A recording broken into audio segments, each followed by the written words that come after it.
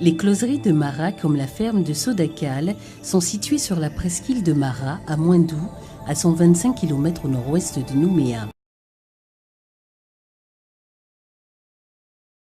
La mysis se transforme en post-larve, c'est-à-dire en crevette miniature. Elle ressemble à une crevette en modèle réduit. Son régime alimentaire ne change plus, mais son appétit grandit. C'est à l'aube que commence la pêche des post-larves pour un fermier. Les post-larves sont concentrées dans un récipient au volume précisément mesuré.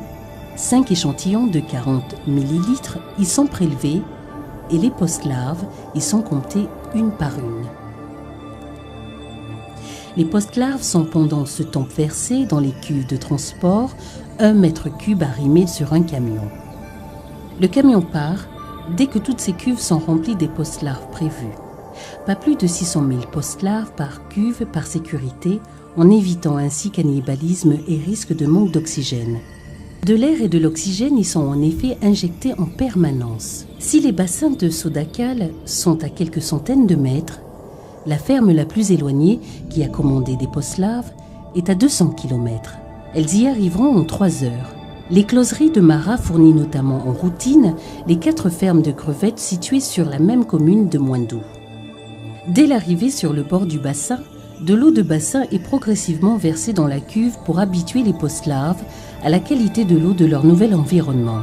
En Nouvelle-Calédonie, il n'y a pas de fleuve à proprement parler et donc les eaux côtières sont de salinité et de qualité très proches d'un site à l'autre sur la même côte ouest où sont construites les fermes de Nouvelle-Calédonie. En quelques minutes, les paramètres des eaux de la cuve et du bassin se sont rejoints et l'ensemencement est réalisé en quelques minutes. À Sodakal, ce sont 1,6 à 2 millions de post-larves qui sont ainsi versées dans chaque bassin d'une dizaine d'hectares chacun. Sur la ferme, les paramètres de l'eau, en particulier l'oxygène, sont contrôlés dans chaque bassin en routine à 5h, 8h, 13h, 17h et 22h, 7 jours sur 7, soit par l'un des 3 gardiens, la nuit, soit par l'un des 4 techniciens, le jour. Chaque matin, à 8h, l'ouvrier de bassin en charge de 1 ou 2 bassins commence par relever ses 15 mangeoires par bassin. Ces résultats sont ensuite discutés avec le technicien de permanence pour décider de la ration à distribuer aussitôt. S'il n'y a pas de reste, la ration est augmentée par rapport à la veille au matin. S'il y a quelques restes, la ration sera diminuée. S'il y a beaucoup de restes, la ration sera suspendue.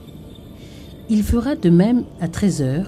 Ce sont donc des crevettes qui laissent des messages sur ces mangeoires pour connaître leur appétit du moment. Cet appétit est en effet très variable d'un jour à l'autre en fonction de leur cycle de mue. Pour grossir, la crevette doit régulièrement muer, c'est-à-dire changer de carapace ou plus précisément enlever l'ancienne, se gonfler d'eau pour que la nouvelle, encore souple, s'agrandisse, puis attendre quelques heures pour que la nouvelle carapace durcisse. Elle aura ensuite un grand appétit pour remplacer cette eau par de la masse musculaire.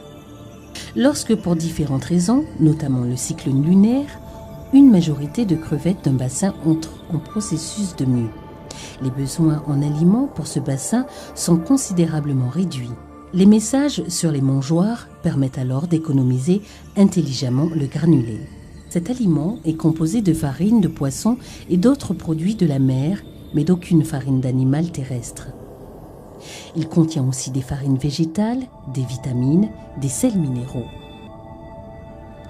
Une fois par semaine, un échantillon de moisson crevette est prélevé, observé et pesé pour estimer la croissance et vérifier leur bonne santé. C'est le seul moment durant les 4 à 8 mois d'élevage en bassin que l'éleveur de crevettes peut voir et toucher ces animaux. En plus de l'observation visuelle hebdomadaire par les techniciens, l'organisation du travail spécialisé permet aux ouvriers aquacoles d'apprendre à connaître leur bassin. Ils se relaient en effet à 2, 7 jours sur 7, pour s'occuper de A à Z de 2 ou 3 bassins tout au long de l'année.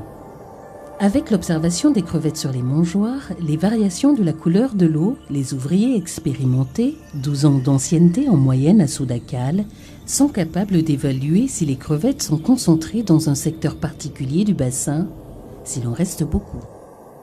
À partir du 4e mois d'élevage, des pêches partielles sont programmées pour réduire progressivement la densité et laisser aux crevettes encore en élevage l'espace nécessaire à leur croissance sans stress. Avant toute pêche, un échantillon est prélevé pour évaluer la qualité du produit selon les critères exigeants de qualité de l'usine de la Sopac. Toute crevette molle et toute crevette avec défaut sur la carapace seront déclassées.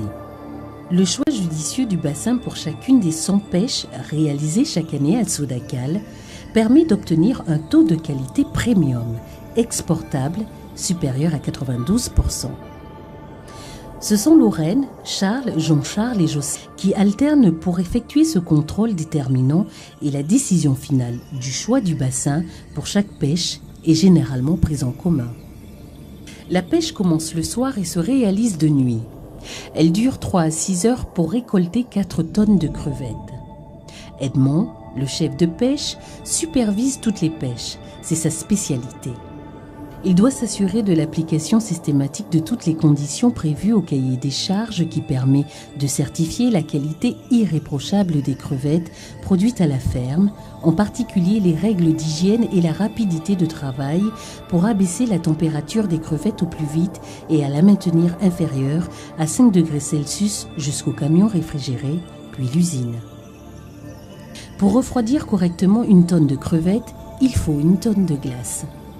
Les équipes de pêche sont originaires des 2 tribus de la région.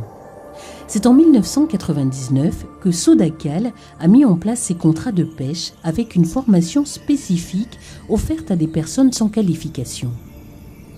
Ce travail, certes exigeant, notamment en termes d'horaire nocturne, a l'avantage de n'être que saisonnier et donc de laisser des périodes de calme compatibles avec un rythme de vie communautaire.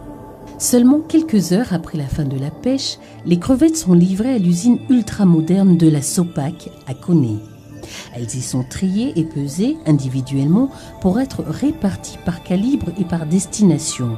Japon, Europe, USA, marché local, puis surgelées à cœur en quelques minutes. La qualité de ces crevettes est telle qu'une crevette sur 3 exportée au Japon est consommée crue dans les restaurants les plus sélects de Tokyo et sa région, dans le plus grand respect des traditions des connaisseurs de fruits de mer. En Europe, elles sont de plus en plus proposées par de grands chefs de la restauration française à leurs convives, afin de leur faire découvrir l'originalité de la saveur de ces crevettes d'exception.